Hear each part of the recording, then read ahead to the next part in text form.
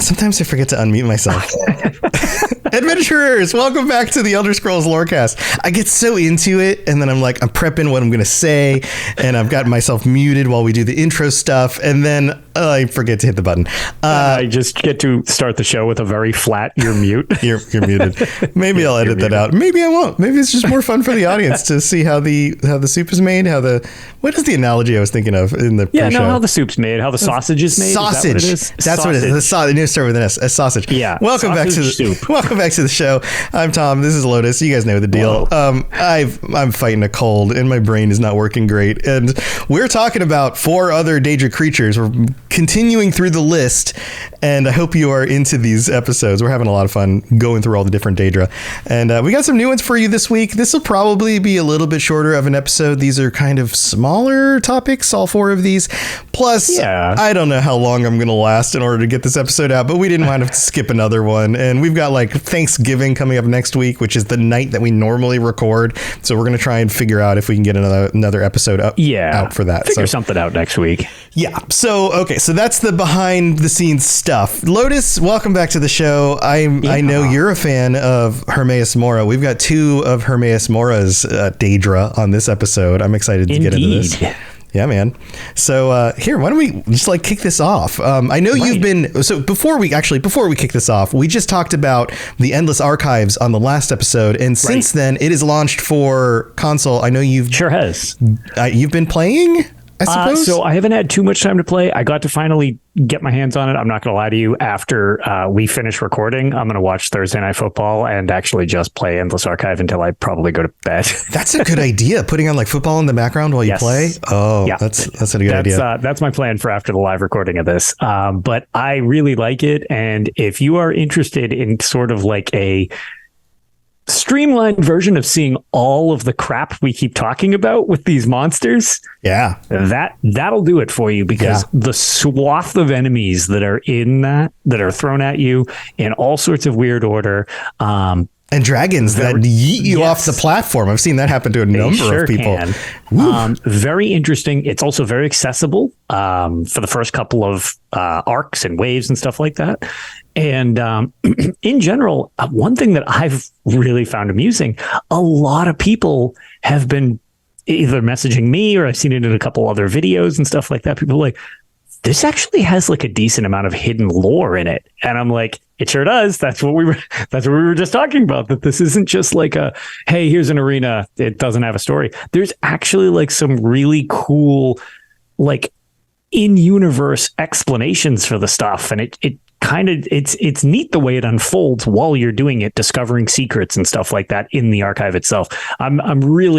I really enjoy this addition to the game. It's a lot of fun. Yeah, it's very cool. So that's part of Hermaeus Mora's Realm of Oblivion, and the first creature that we have this week is also part of Hermaeus Mora's Realm of Oblivion, the Knower's Eye.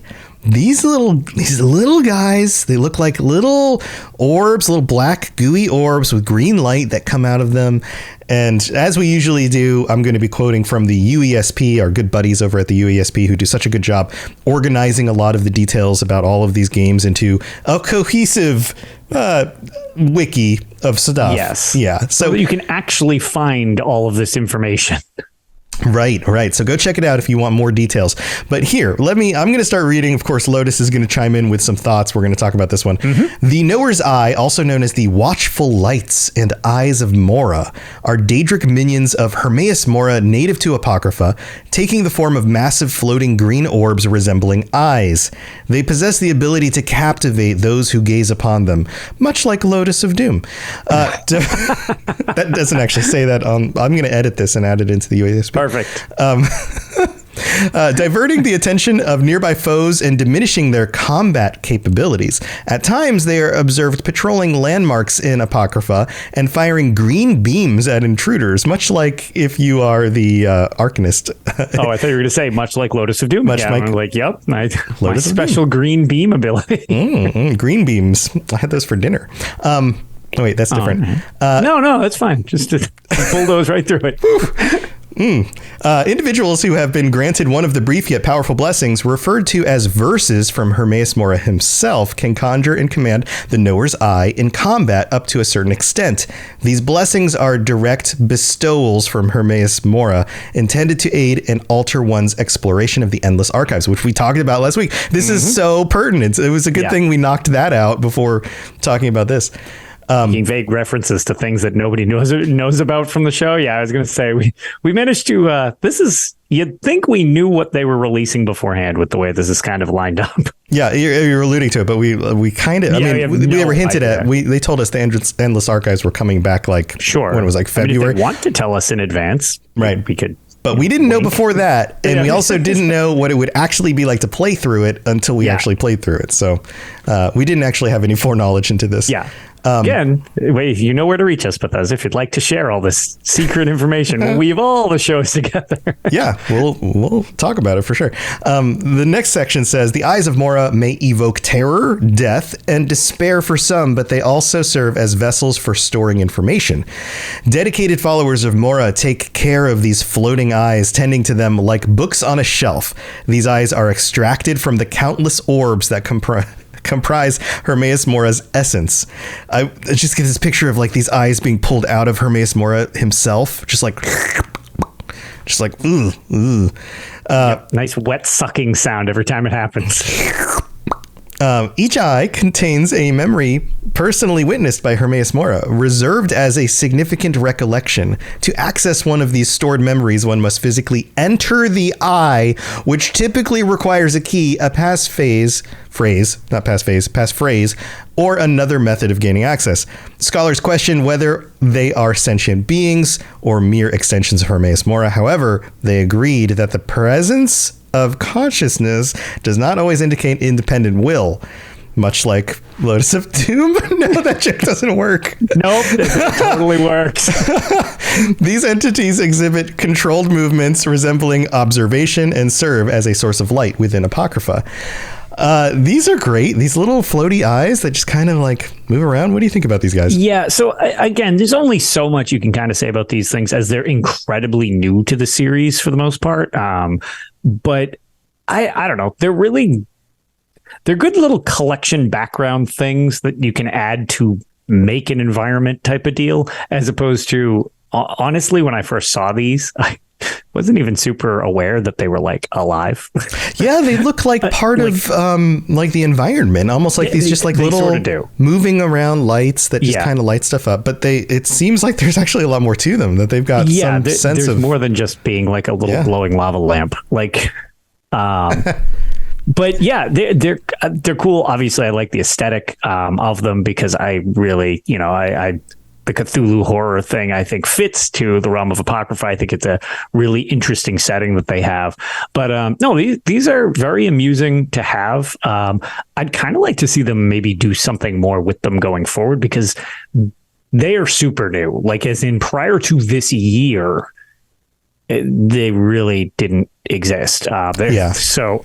Yeah, as some of the stuff that we get with ESO creation like matches the stuff that we got like in Skyrim when we went to Apocrypha in Skyrim, right? Right. But yeah, this one, like, this doesn't show up in Skyrim. This is kind of a new addition. Yeah, which is interesting that it didn't, like, it wasn't in the Dragonborn DLC where you deal with Hermaeus Mora and stuff like that, because it could have fit there, but maybe it just was like, when you're roaming around Apocrypha, it was a lot more linear when you were in Apocrypha. In Skyrim proper. Yeah, like the flying books and the other stuff. There's a bunch of things they added that kind of fleshed it out a little bit more. Yeah. We'll get to another one of the creatures actually briefly that will tie into this. But like, there are some creatures that you had seen in there, but they've expanded upon what you've seen from Apocrypha a lot in ESO. So you get stuff like this where it's like, oh, the Knower's Eye. Well, okay, yeah, that logically makes sense that something like this could be floating around, especially with all the weird eyes that are floating around in Apocrypha anyways and dealing with Hermaeus Mora. Yeah, it kind of fills it out too. It's kind of fun to be in a zone and have like little things going on, whether it's people walking around, like in the Clockwork City, you've got like the automatons like doing their thing. Sure. And the fabricants out in the wilderness and stuff like that. Right. It's kind of nice to have other stuff. It makes a region feel alive, even if this isn't a person. It's some form of intelligence, whether it's Mora himself or they are off on their own, just doing their own things. But it's nice to have just, that engagement with something else that is part of the environment. You get that in Overworld Tamriel and stuff like that. But when you get into the Daedric plains too, a lot of times it's not quite as cut and dry what's alive and sentient and what isn't as well. So, it just kind of fits the vibe too. Especially when it looks like a little black ball of goo with green in it and then a little shiny light. Right. And it's glaring at you, you think, because you're terrified of it. But is it because it's creeping you out, or is it like doing its weird little eye charm thing on you? Yeah. So let's move on to the second one. This one also from Apocrypha, the Lurker. Yeah, this would be the one that I was referring to without jumping too far ahead, where it's like, this dates back a little farther than just ESO. Oh, dude. But again, really common in ESO. I love the concept art. I have it up on screen. Just a reminder, if you aren't watching us on YouTube, you can always see these videos on YouTube with some of the art and things. This Lurker. Okay, so how would you describe what a Lurker looks like to people who are just listening? So if Swamp Thing was more of a fish. Fish thing. And for anybody who doesn't know what Swamp Thing is, you're probably a lot younger than me.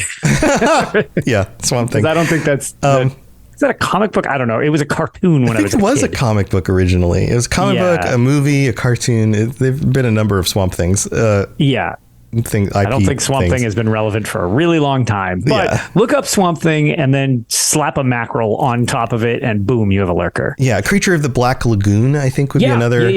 Another like a big fish monster, humanoid fish monster, right? Definitely, yeah. So here's what the UESP says. Lurkers are large Daedric creatures that come from the murky waters of Apocrypha. They appear as tall, fish-like amphibious humanoids with gaping mouths and needle-like teeth, described as towering monstrosities. They have what appears to be thick armor or thick scales lining their lower arms and legs. They serve Hermes Mora by guarding forbidden knowledge and are the Apocrypha keepers alongside seekers. As their name may suggest, they lurk beneath the roiling pools of Creatia, called Lurker summoning chambers in their master's realm, and may surface if they detect trespassers. Lurkers use their legs to stamp down on trespassers and can attack from afar by spewing powerful dark tendrils from their mouths. Wonderful, right?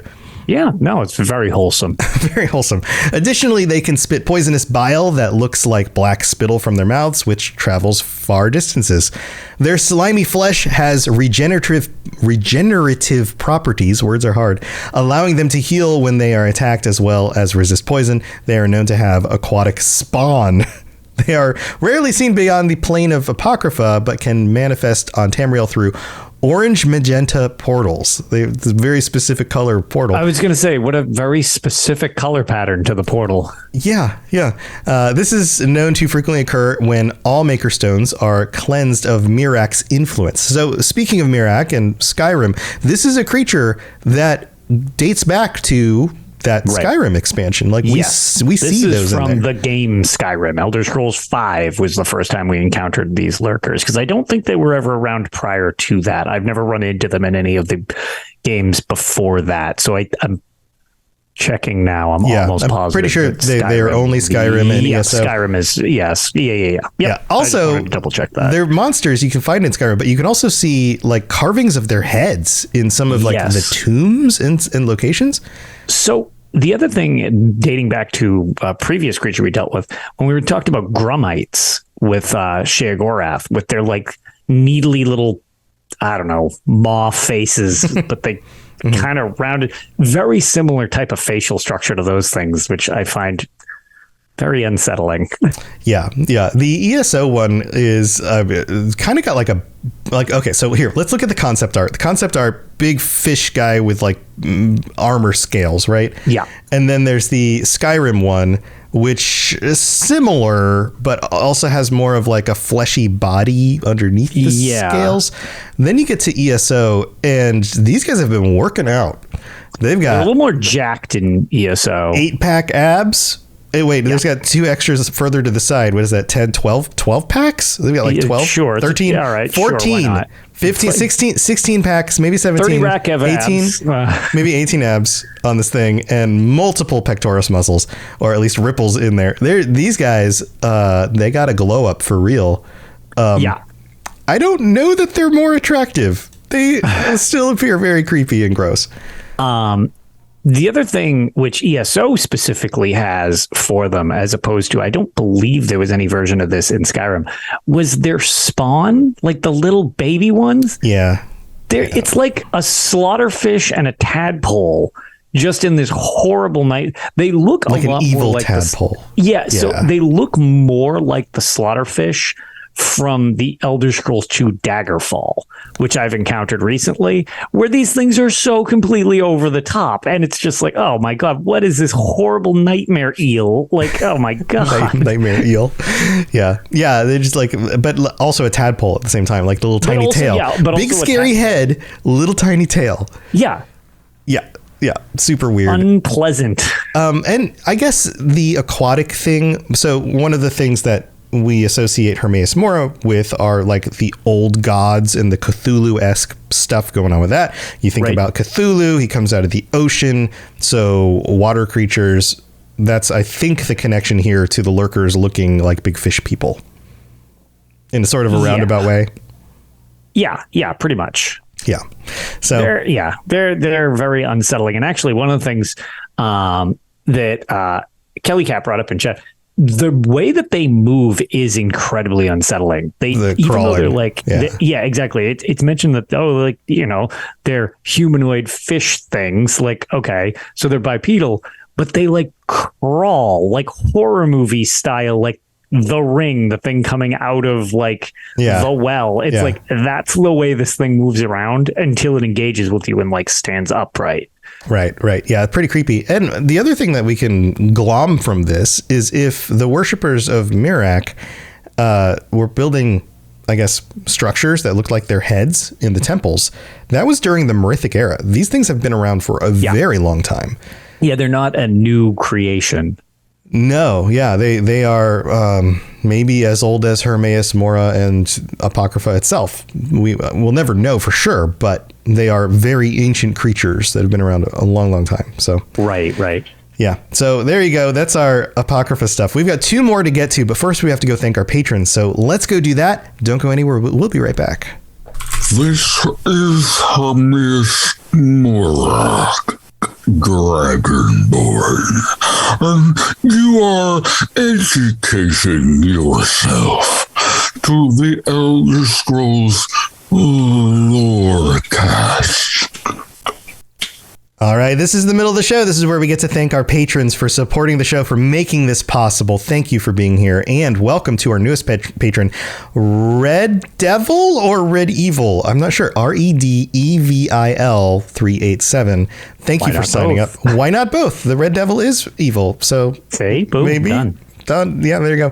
Thank you for signing up. Welcome to the Patreon. And thank you to all of our current patrons, including our Daedric princes, Kirasi and Sheogorath's Sweet Roll. If you sign up at that level, you get shout outs every week. And if you're interested in joining us, getting one of the new t-shirts, actually 4 of the t-shirts, if you sign up and stick around long enough, every 3 months you get a new t-shirt or stickers or ad-free episodes, or joining us on our patron chat, which is coming up in 2 weeks on the last day of the month, the 30th of this month. We'll be doing our patron chat. You still have time to sign up at patreon.com/Elder Scrolls Lorecast. Go check out everything. And if you decide to help contribute to the show, we would really appreciate it. Also, Lotus, we got a new review. This one. Oh, boy. Yeah, this is on Apple Podcasts. If you leave a 5-star review, we'll read it out on a future episode of the show. This one comes from Abby B17 in the United States, who writes, this one's short and sweet. Love the knowledge and enthusiasm. Love hearing you guys talk about Elder Scrolls. Comfy vibes. Always a nice break from reality. I'm glad. That's awesome. Unless you happen to live in the Elder Scrolls world, in Tamriel or wherever. Yeah, then nothing's comfy and everything is hell. Yeah. So I guess it's a good thing that we get to have breaks from reality and we get to go there instead of the other way around. So their break from reality is thinking about our world. That's what I was just thinking. Like, do you think there's an equivalent like Tom and Lotus in Elder Scrolls that like tell lore stories about this made up world of Earth with like and they're modern just like, things? I was like, oh man, imagine being trapped in a loop where you record a podcast every week. For them, that's a nightmare. Can you imagine having to ride around in metal vehicles that burn the remnants of dinosaurs? That's weird. It's so weird. But thank you for your support. Thank you for leaving the review. And if you'd like to leave a 5-star review in the future, we'll read it out. Also, you can rate the show on Spotify, whatever podcast platform you're listening to this on. You can share it with your friends, all of that stuff. All of it helps. So thank you for the support. We couldn't do it without all of you. All right, let's move on with the rest of the show. You're listening to the Elder Scrolls Lorecast, dear child of cities. That is why the Night Mother loves you. All right, moving on from Apocrypha, we're talking about some of Meridia's Daedra. Yeah, going back to the whole Auroran thing, but not Aurorans. Not Aurorans. Similar. He's got like the gold similar, in the but armor. A little more jacked up. Yeah. So here, check this out. These are the Meridian Guards, also referred to as Temple Guardians or simply Guardians. They are servants of Meridia. They take the form of an Auroran suit of armor with 2 or 4 arms and blades. So maybe they fill the remnants of what used to be living Aurorans armor pieces? Maybe, or it's just like Aurorans on HGH. Like maybe they like, I don't know, powered up to like power level 9,000. Like, yeah, they say boom. There you go. Yeah. They are very gold. They are very golden, like a good old Super Saiyan. In certain circumstances, the purified may be turned into Meridian Guards, though the nature of transformed Guardians is different from those who are proper Daedra. So they're a little bit weird. They wield powers of ice, lightning, fire, and light, and command Aurorans in battle. They are more powerful in the colored rooms and can transport people there against their will. Mm-hmm. Yeah, they don't seem very nice. They are considered to be of little concern to the Dromora, who don't seem to worry about them, I guess. Usually things like that are pulled from like bits of dialogue and quest chains and that kind of thing. There's some history about them. One of the known Meridian Guards, Iritan the Lightbringer, protected the Shrine of the Reforged, a temple of Meridia in Palatine found west of Senchal. This is reference to the Elsewhere expansion in ESO, if I'm correct about that. Yes. Yeah. So locals claimed that the Guardians served as the sentry for the temple as long as it existed. Khajiit tales spoke of a Meridian cultist growing the temple out of light, but the validity of their stories is questionable, as many Khajiit stories are questionable. The Guardian of the temple has plagued unwary travelers for a long time. As of the Second Era, 582, so ESO's time frame, the temple was abandoned. Circa that same year, the Shields of Senchal tasked adventurers with defeating the Guardian. They were also asked to retrieve the notes of a scholar it killed, collect temple dust with special properties that can reveal the past through visions, and retrieve some of the Shield's arrows from within the temple. So this is the details of the quest line. Sure. It goes on. It talks a little bit more about an undaunted quest and some of the other things. And like many of these creatures, you experience them in dungeons and right. That kind I was of going to say you experience this by going through the 4-player dungeon stuff. Right. So what do you think about these guys? Like 2 to 4 arms, lots of weapons. They're kind of floaty. They don't really have legs, but they've got like the torso armor and helmet. They're almost more living suits of armor than the Aurorans. And already the Aurorans are kind of like hollow shells because they don't really have free thought and stuff like that. And this thing is like this thing seems like a less sentient version of that. Like they still exist. And yet they still they still have control over the Aurorans. Right. Yeah. But it's just like, they're they're one of those things where it's just kind of their directive and very little else, which tends to be a theme with Meridia's stuff. But they're pretty cool. They almost, in some ways, they kind of almost look like a type of Atronach, because there's so many different types of Atronachs. And when you have like the air Atronachs or the storm Atronachs, they're kind of like these components that are floating, held together by whatever the element is.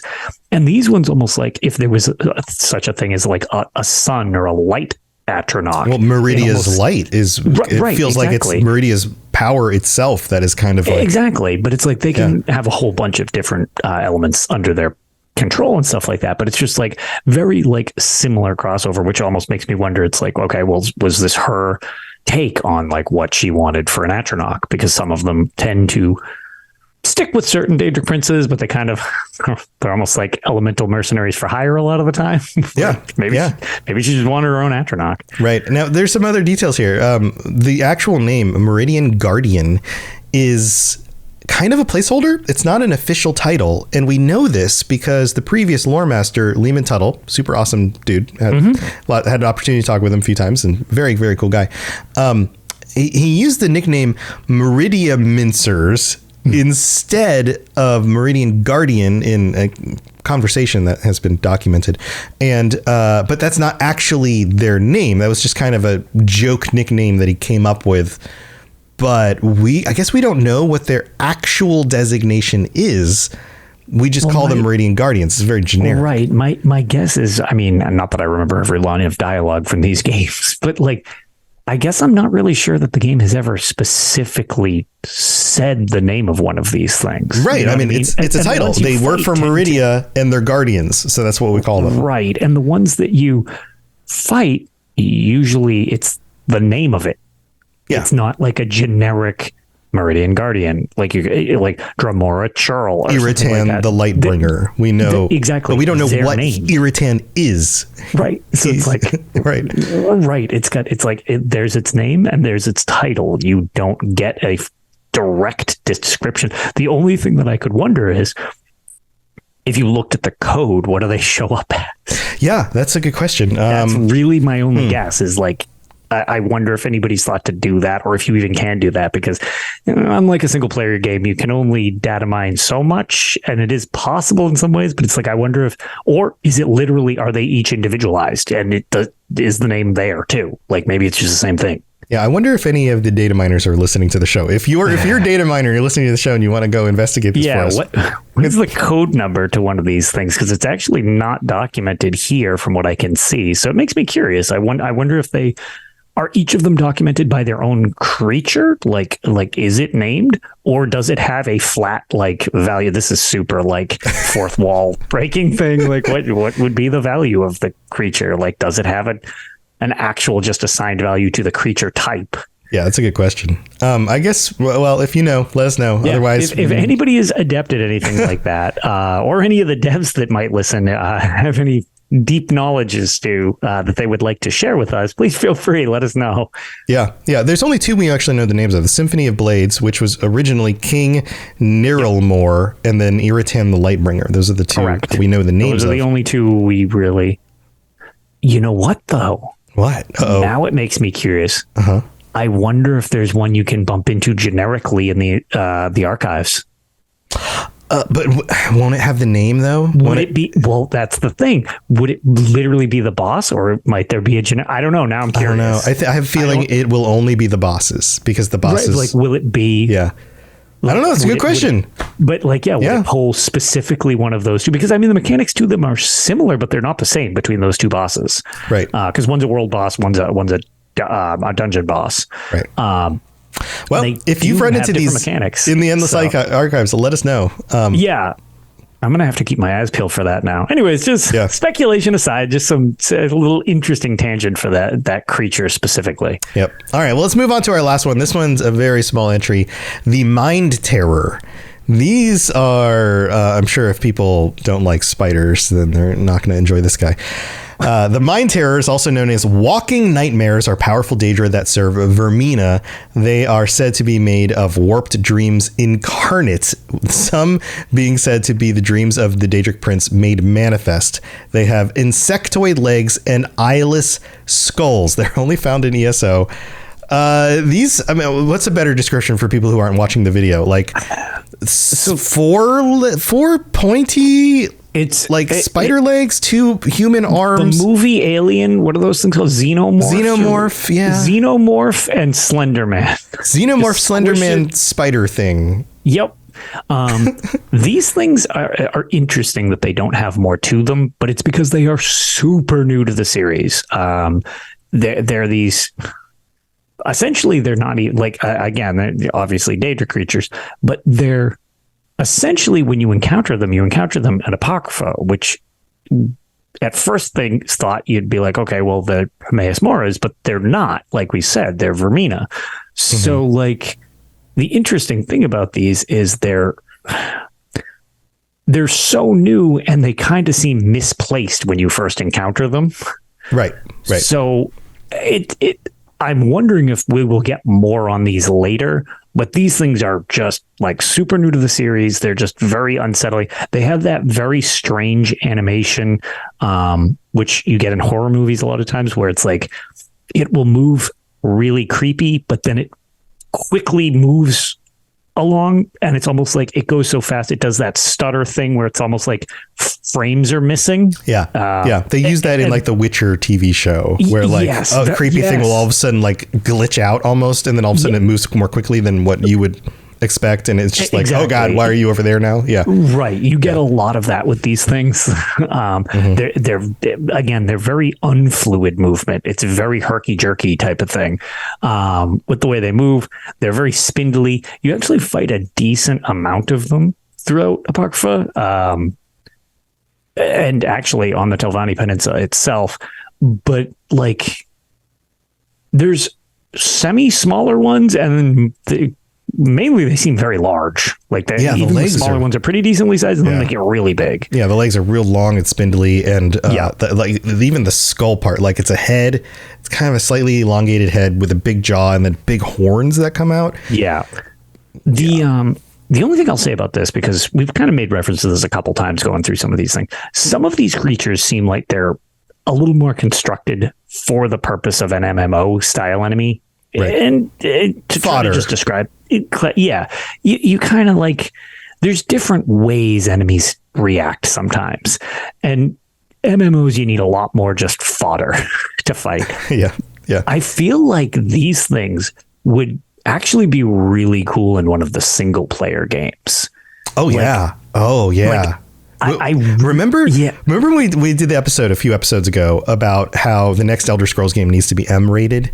Can you imagine coming across one of these things and like the limbs breaking at the joints if you're swinging your sword? Sure. And then it still keeps coming for you, but it's like limping along. Limit its mobility by trying to cut off parts of it. It's like and it's Vermina, so maybe it's like spewing out like filth or like poison or something out of the limbs. Now that I said that in a reference to breaking parts off it, this seems like a Dead Space enemy, if anybody has any reference to the Dead Space game. Very, very like that seems like a very similar style of movement, right? And the humanoid that's been kind of stretched out, like the body has been stretched and then it's got weird arms and legs. Right. So these things are I think these are a really good enemy, and I actually hope they don't leave it as just kind of a like one-off enemy, since this is the first one the first time we've ever really encountered them. I feel like these enemies specifically have a lot of potential that could work pretty well with the rest of the series, especially we don't deal with Vermina as much as many of the other Daedra princes.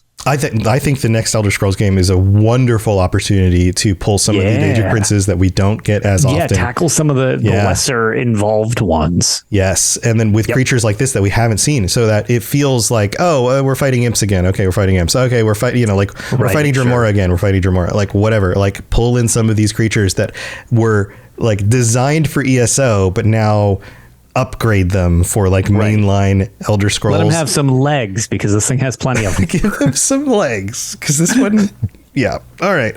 Well, that's on that note, we're wrapping up this episode. Thank you for being here, and I hope you're still enjoying these creature episodes. We've still got a few more still to get through. We're getting there. We're getting closer to the end, but we've still got a decent amount because spoilers, the bestiary in this game, just in the Daedra realm, is absolutely enormous. Yeah, it's pretty big. So that's part of why we're also grouping them into like groups of 4 and kind of. We'd never finish if we did them one at a time. Yeah, not only those episodes would also be like comically short at that point. or we'd have to dig into like more details about like, oh, they're in this dungeon and this is what you do in the dungeon. Yeah, but that feels more like a specific episode about a dungeon. Sure. Yeah, we don't need to read you. Well, that's the thing.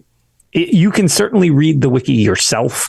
We're trying to give an overview of it with the information from the wikis. And some insight, the things that don't get noted there. Like, oh, yeah, they also showed up here or whatever, right? Exactly. Yeah. So it's like that's why it's like I've had fun going into some of these because some of these things I actually didn't realize how much was involved with a few of them that are kind of just I considered a little more throwaway enemies, or I didn't really put much thought into it, actually. Sort of like the Guardians we just went over. When I was looking up the stuff for this one, I was like, oh, yeah, actually, we do only fight 2 of these things. And I guess there's more reason that they look sort of like Aurorans than I realized. Like, all right, fair. It's so easy to just play through ESO and just be like, all right, more bad guys, just fight these. Yeah. More bad guys. These ones fly. Let's fight them. These ones are creepier. Let's kill them. Like exactly. Without actually 12,000 of content. I mean, sometimes you can get a little overwhelmed. True. All right, Lotus. Well, let's wrap it up. You got anything else you want to share before we head out? So we just actually got a new episode of Tales. We'll be having another one, hopefully this weekend pretty soon, where we will be actually having Dave join us, the founder of the UESP, once again, to kind of do our year wrap up from the unofficial Elder Scrolls pages. We like to give a review for everybody and kind of give an update going into the new year as we're starting to wind down toward the end of 2023. However, the other reason, which we will announce, I can announce here now, we just announced it on Tales, is we've kind of got our Extra Life weekend nailed down for the most part. Yeah. When we'll be doing it that weekend. And then basically between me, you, and Ark, we're just going to try to keep things live as much as possible so people can hang out with us. Right. First weekend of December, right? It is the first weekend of December. So December 2nd and 3rd, we will be going live. I have booked myself starting Eastern Standard Time. I specifically have my chunk of time from 6 a.m. Eastern Time until 2 a.m. the following morning. Oh, my God. So that'll be a 20-hour stream for me, where we will be raising money for Extra Life and the Children's Miracle Network hospitals. So it all goes to a great cause. We are going to be having some fun prizes. We're still actually finding out information on more stuff to give away, but we will be giving away, now that gifting is re-enabled, we will be giving away Crown Crate packs because we can gift. Like that works again. Yeah. And Ark was saying he's got tons of crowns, so he's like, hey, let's gift stuff. So we're going to work on a method for giving those out. I actually have, I believe, I've got at least one $100 gift card to the Bethesda Gear Store that we're going to give away at a milestone. We're working on some codes. We are the big thing, which Dave will have details on in this episode of Tales of Tamriel, will be much like last year as a huge thanks from the UESP on all the support you give. We'll be giving away Patreon tier rewards as we hit milestones of money raised for the charity as well, which last year, some of these prizes, if you've never looked at the UESP Patreon as well, some of the prizes are real cool. Like I love our shirts and stuff like that. They do a good thing too. Like some of the tier rewards, less me, I'm not creative in this regard. Mm-hmm. You and Dave are really good at coming up with some of this stuff. So we've got some of those to give away as well. And we'll just kind of keep filling stuff out as we go. But it should be a really, really fun time. Even if you can't donate, which is totally understandable, come hang out with us. You'd be surprised how much it helps keep us awake. And by bumping our numbers up, normally, I always joke that I don't really care about numbers as long as people are enjoying themselves. But the more people watch this, the more likely it is to have somebody stumble in and try to like also help a good cause. So right, it's all for raising money. Like this is a lot of work, and it's fun to play games, but it's all about raising money for a good cause. Yes, and I always joke that it's super fun to play games until you hit 16 straight hours of playing games, and then spoiler alert. People like watching my struggle busing when I play some of the classic Elder Scrolls games. Mm-hmm. It gets way more tragic in whatever I'm playing. Once I pass hour 16 in a marathon, the tragedy level goes real high as my skill goes real down. Oof, yeah. Maybe I'll try some Skyrim VR. I don't know how long I can do that before I start feeling sick, but maybe that'll be entertaining too. We'll find out. We'll keep you guys updated as we fill it out. But yes, check it out. December 2nd, we'll be kicking things off, and that weekend will just be fun and Elder Scrolls games for a great cause. Yeah, make sure you're following us either on the Discord, on our what used to be Twitter accounts, or on our actual Twitch stream. So Lotus of Doom on Twitch, Robots Radio on Twitch. All of those are great places to be if you want to make sure you don't miss out on any of that stuff. And we'll keep you posted. It's still a few weeks away. So exactly, we got some time. We figured now it's good to start letting people know so that the odds that people can hear about it, that's the best way we can do to advertise and get eyes on it, because this will actually be my 11th year doing Extra Life. Crazy. That's so cool. That's so cool. Wild to think about. That's awesome. Well, good. I'm glad I can be a part of it this year. I'm so glad to have you join. Like, it'll be fun. I've been playing with some Skyrim mods. There are some mods that allow you to pick people up and stuff. I've talked about this before. You pick people up and you can move them around. I'm wondering if you can go with me here.